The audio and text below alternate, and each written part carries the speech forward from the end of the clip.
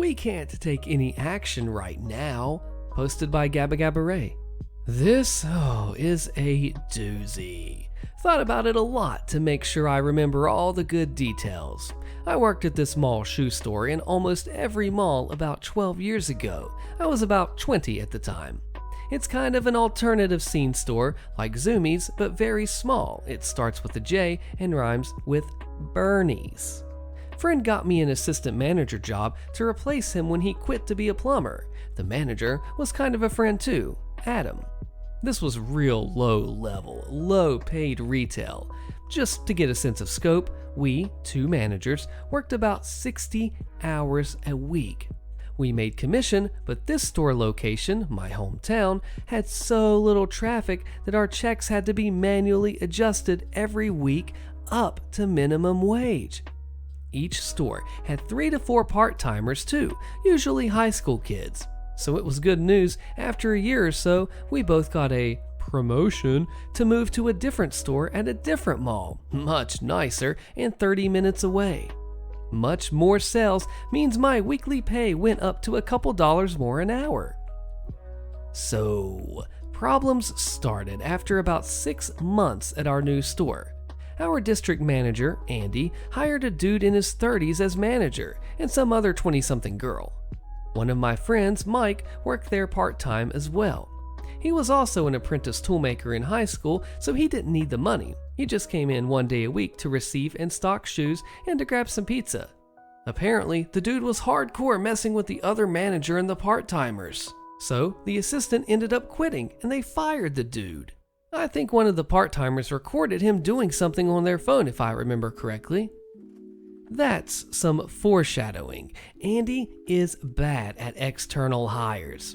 So he hired a new manager, Jeff, but asked if I could go back to the crappy store for a while to help the new guy settle in. I said, well, sure. He also had a third manager he hired who wanted Adam to train for a few months so she could go to another store as well. Sounds good, I'm a team player. Well, it turns out this new guy Jeff, who Adam actually somewhat knew in the tattooed hardcore guy scene, was kind of a screw-up himself. I felt bad at first. He was kind of scatterbrained, customers didn't like him, he was always dirty and kind of smelled bad. With the first 2 weeks, he came in smiling, carrying a microwave for the back room. Look, we can have hot lunches now. Plopped it on our glass case where we checked customers out, and a crapload of live roaches fell out all over the place. There were roaches in the store from there on out. I would see them every morning when I flipped the lights on. Great. Now, I didn't want to bring my own food here. Then, bad crap starts happening. He would start coming in a couple of hours late when I opened the store. Not a huge deal, just annoying as heck. I generally wouldn't get to eat breakfast, so lunch would get pushed back a couple hours so I could leave the store. Yes, you couldn't shut the gate and go to the food court. The mall would call our DM Andy and tell him that we closed outside of hours. Do it occasionally, or even open late after 10 a.m. and they can fine our store, which means we'd get written up for sure. He would even call out sometimes, which means that I would work 2 or 3 doubles in a week. This is supposed to happen only once. Managers get 1 day off during the week, so the other person has to work 9 to 9:30. Part-timers didn't come in until 5 usually, so you're SOL. It's very irritating to have it sprung on you several times. Remember, we were also salary, so no overtime. I would also be on the receiving end of unhappy emails from corporate. When Jeff would open, he would come in late and occasionally forget to deposit the cash sales for the day in the sealed envelope to the bank that's in the same mall as us. They would turn up at the bank a few days late, apparently in cut open bags. This is where I made the first call to Andy. I told him the whole thing. Basically, told to sit tight. He'll keep an eye on things. All right. Well, things got worse. He would sometimes bail out in the middle of the day for a few hours on end. My buddy Mike told me that they found his stash in the back room, and products started to go missing. Every Tuesday morning, we'd have to come in 30 minutes earlier and do a little mini audit. Basically, a dozen or so different shoes of specific SKU numbers and enter in the POS our on-hand quantity. I noticed some of the more expensive shoes that we sold to dummies are missing when I know they weren't sold. Diesels and Pumas, Timberlands and Nikes. Turns out, when my buddy Mike would do the inventory on the weeknight that things got delivered, Jeff would just check off the totals received for him. Of course, a handful of things were missing each week. Almost never were things actually missing from the boxes when I did it. FCS were pretty good about sending inventory. I knew this was going to be bad news. I knew the mini audits were used to pick up on internal theft. We also had a yearly audit that was coming in 6 or so months. Basically, you count every item in the store to account for missing and stolen crap. 1.5% product loss is considered very bad and could result in us getting written up. Remember that point for later. I called Andy a second time and got the same response. Okay, been telling Adam the whole time as well. I know he'll stick up for me if anything goes down, but said just to keep tracking everything. So, in true addict fashion, kept calling out, kept taking things, kept losing cash deposits. What really set me off was I found out that he was blaming some of the crap on me to our fellow mall people. Mutual friends at other stores saying cash deposits sometimes go missing when I work. Bro, no they don't. This is a dog crap job, but I'm not getting fired for $300. He was also selling Adderall to people out of the store and bribing my friend with it to come in early during the week so he can leave the mall for a couple of hours. This really ticked me off because at 20 years old, I had this dumb idea that I wanted to possibly join the military and go into law enforcement. Never been fired or arrested or any of this crap before and still haven't, so I wanted no part of being around this dude. A weekend came up too where he made really lewd comments about some girls walking around in shorts that have had to have been under 16. Okay, forget this dude. Called Andy again, and this time I was serious. Told him about the whole issue in the store too. Basically said this guy is making me look bad too. Come and test him, do something. I'll call the cops for you if you want. I don't know why he wasn't doing anything. Andy came in once and wrote me up for playing my iPod over the speakers, for breaking company policy. Why are you letting this happen? In a nutshell, he said he can't do anything for now until Adam is done training his new assistant so she could go run her new store. I'd be able to go work with Adam again in the good mall. Okay. Malicious compliance time. I called Adam the next day and told him what Andy said. Asked if she's good enough to cut loose so I can get the heck out of here. He said no problem at all. The next week I was out making a couple dollars more and in a better mall with a Taco Bell even. My run with Jeff was only about 3 months. Things went super downhill from there. They got a new assistant in Jeff's store to train under him. Yikes. But all the part-timers were still there. They kept texting me all the cool stories. Well, apparently, he ramped up stealing cash and stealing shoes. Eventually, those mini audits caught up to him. One night, he left the store an hour before closing, leaving a part-timer alone, which is against policy. Closing time came and went, and she thought it was funny, but had no idea what to do. She didn't have keys or know how to close the store at all. Security got involved, called Andy, and eventually Jeff got back to the store an hour plus late. Andy was told by HQ to write him up the next day, but also bring another area lead in our district to audit the store ahead of schedule and inquire about all the missing cash deposits. Andy didn't realize the scope of the stolen cash. Apparently, several thousands never made it back to the bank at that point. Andy, Jeff, and another manager or something audited the store while it was open. I think word was a product variance of around 10% missing product, not including all the cash. Big freaking yikes. Don't know exactly what happened, but the police were involved. They fired everybody, cleaned house, even the new assistant and every part-timer. I think they had to. My buddy Mike, he thought it was hilarious. Well, can't say I didn't warn you 3 times. I saw him on Facebook recently, allegedly clean now. I don't care though, forget that guy. Salaried exempt employees have to punch a time card now. Okay, it sure would be a shame if someone notified the labor board about your illegal PTO practices though, posted by Bolshevik's Vapor Rub.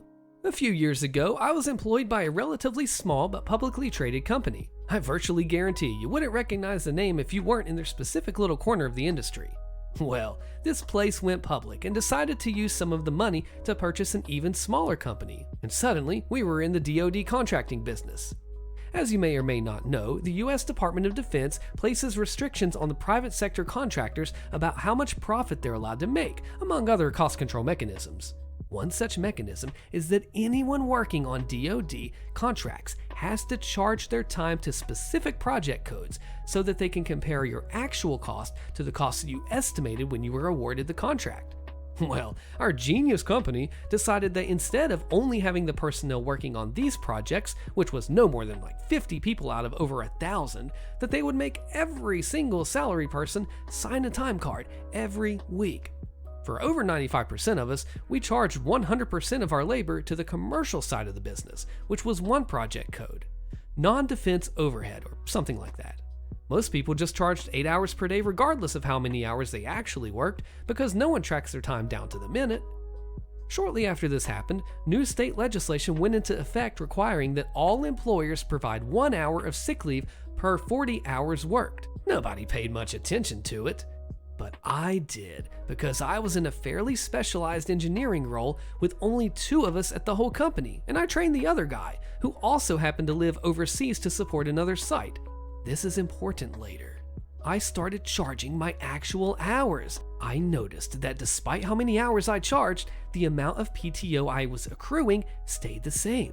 This happened 3 or 4 paychecks in a row, and then I approached HR.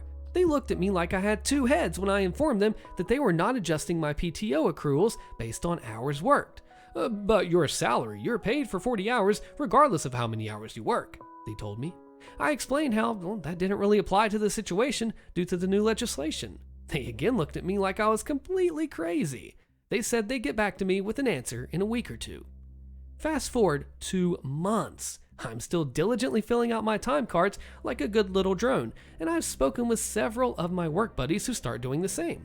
The thing about this particular group of folks was that we all traveled internationally, oftentimes last minute on a regular basis for work. Well, wouldn't you know it, it turns out that travel time, per our state labor laws, is considered working time. 16 hours worth of flights to Germany, all working time. And I believe the language is place of rest to place of rest. And while you're there, you're not exactly relaxing. It's long days, handling customer concerns multiple days in a row. A perfect storm of circumstances happened that fall, where we were all traveling around the same time, and we all booked 120+ hour weeks of work. We all eagerly awaited our pay stubs to see all that extra PTO accrued, and nope. We approached HR again. They told us that they would escalate the issue to their attorney, and we went back to work. Well, not surprisingly, things started going downhill for all of us. We start ranting about things a bit, and we all end up quietly looking for jobs. Within a 5-week period, all of us put in our notices, and I lost my patience. I wrote an email to HR detailing our contracts with them and informed them that I would be escalating to the labor board without a full accounting of all back-owed PTO that would need to be paid. I got a panicked phone call within about 5 minutes. HR drone says, "Why are you even recording your hours that way? Your salary." I say, well, because we have to fill out time cards. Well, why don't you just put 8 hours per day like everyone else? I'm sorry, but it sounds like you are asking me to falsify my time card. When I sign it, the time card specifically asks me whether I've reported my time accurately under threat of prosecution. No, I'm just... Why haven't you brought up this issue previously? I have. Twice. With you. I detailed those encounters in the email I just sent. I'm sure the company's attorney has informed you of your requirements by now. They haven't gotten back to me. Me, grin now wide across my face, say, well, funny enough, I went ahead and emailed our general counsel. It turns out that my email was the first they've heard the concern. I've put in my notice. I expect to be paid in full for all back-owed PTO, or I'll be filing a report with L&I, who take accusations of wage theft fairly seriously. I believe they give you a week to remit payment or pay up to triple what's owed. Please contact me via email only when you have decided on a path forward. Click. It turns out that not only did I get paid the full PTO I thought I was owed, there was a bit extra on there as well. And one of my buddies went ahead and reported the company to the labor board anyway, which apparently caused quite the stir. Last I heard, the HR department, with the exception of a couple recruiters, got completely turned over all the way up to the VP. TLDR, make a salary employee fill out a time card? That's gonna cost ya. Working harder, not smarter, posted by Professional Fee 957. My wife, Emma, is a user interface and product designer. When she started in the field, Emma worked for a design agency of 5 people that pumped out multiple websites a week. She then moved to a holdings company where she was now the sole designer. The company owned 3 or 4 companies, all of them online retail and app-based. She oversaw the design portfolios for all 4 companies with the cohort of 20 coders. The thing is, she works really fast, as in she does a week's worth of work for a normal Slacker designer in a little over a day. No stress or effort, she seems to get charged from it. The unfairness ticks her off. Anyway, we changed countries and Emma got a job in a company as a product designer. The company has a single platform with lots of little issues, but overall, the product is functional. She started, and the PMs, or project managers, would go through the available projects on the table for the week and divvy them up between her, the current designer, he gets paid slightly more than her, and then she would finish them within 2 days and move through more and more tickets. After 3 months, she has a glowing review and is confirmed as permanent, but has now run out of tickets for her to chew through. She continues her work at her usual speed, finishing everything in no time and twiddling her thumbs from Wednesday to Friday. During Corona home office, NeonCat 24 Hours was her screensaver when she went out for walks. After another year, the company does a performance audit due to COVID work at home and starts monitoring submissions of all the tech staff. Emma gets pulled up for only submitting projects on Monday and Tuesday. They have a massive meeting about her shirking attitude and tell her that they pay for her time and that she must use it to the benefit of the company, despite her producing better quality projects faster than the other designer.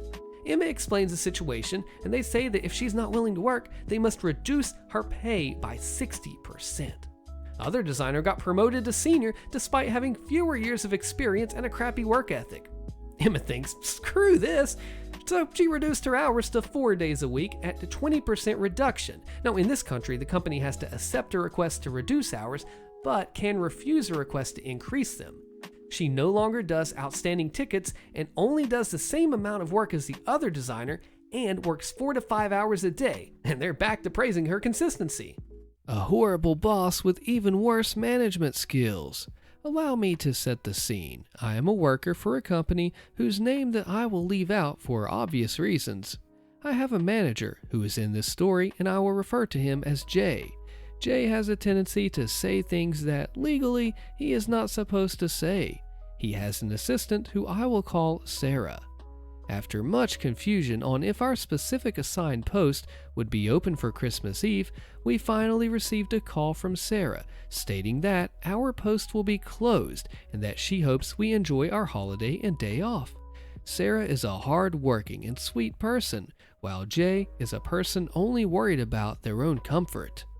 I have dinner plans with my mother at 7 p.m. on Christmas Eve, and a few minutes after being told that we have off, Sarah calls me back personally to say that, sadly, I was assigned a different post from 6 a.m. to 2 p.m. on Christmas Eve.